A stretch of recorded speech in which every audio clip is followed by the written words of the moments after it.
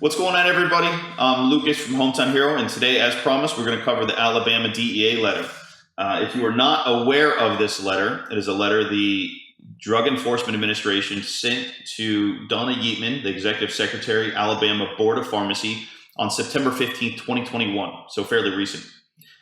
Dear Dr. Yeatman, this is a response to your letter dated August 19, 2021, in which you request the control status of Delta-8 tetrahydrocannabinol, Delta-8 THC, under the Controlled Substances Act, CSA.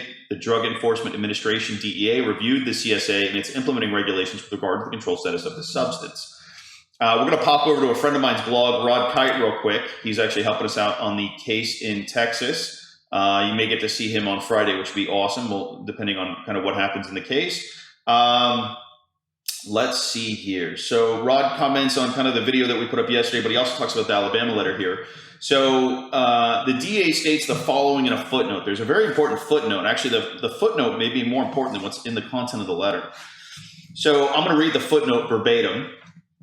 The Agriculture Improvement Act of 2018, AIA, Pub L 115-334-12619, amended the CSA to remove tetrahydrocannabinols in hemp from control.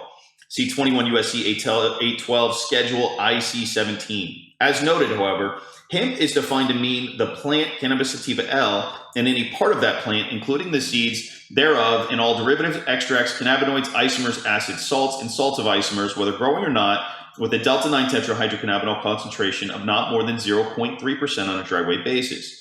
7 U.S.C. 1639, emphasis added. Thus, only tetrahydrocannabinol in or derived from the cannabis plant, not synthetic tetrahydrocannabinol, is subject to being excluded from control as a tetrahydrocannabinol in hemp. The letter finishes up. If you have any further questions, please contact the Drug and Chemical Evaluation section and it's got an email and a phone number. Sincerely, Terrence L. Boos, PhD Chief, Drug and Chemical Evaluation Section, Diversion Control Division. Okay, so let's see what Rod says here, because this is important.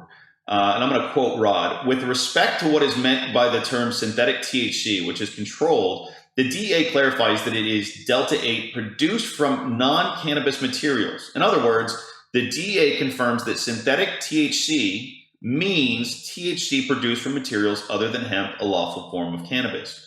All right, so this is pretty interesting.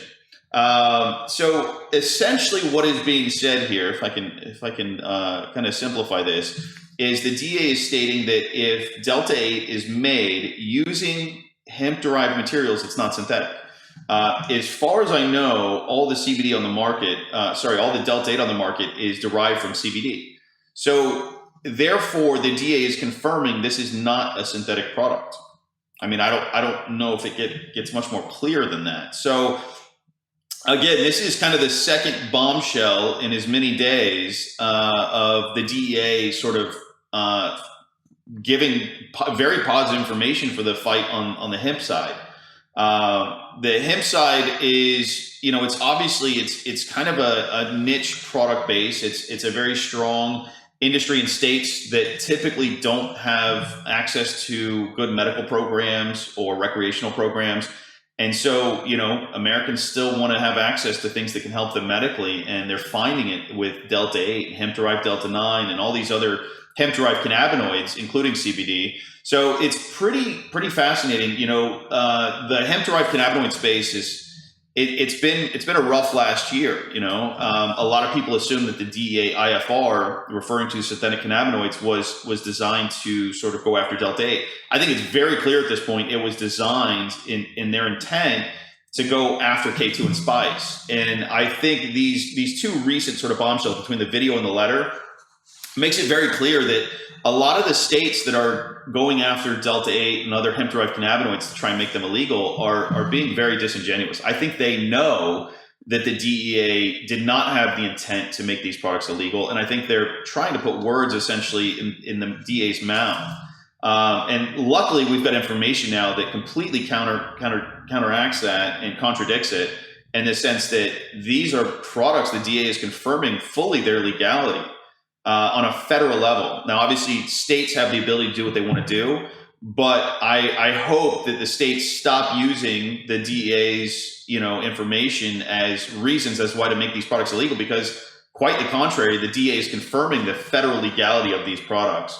So again, thank you guys for your time. Hopefully that didn't take too long. It's a short letter. I'm going to provide a link in the description to Rod's website where you can download a copy of the letter for yourself and read it if you'd like. And Rod's awesome. Show him some love while you're over there. And obviously, if you guys are involved in a case anywhere involving Delta-8 or hemp-derived cannabinoids, highly, highly recommend Rod Kight as an attorney to work with. He is a very, very smart man and knows his stuff. So thank you guys. Appreciate it. Have a wonderful day, and I'll see you guys soon.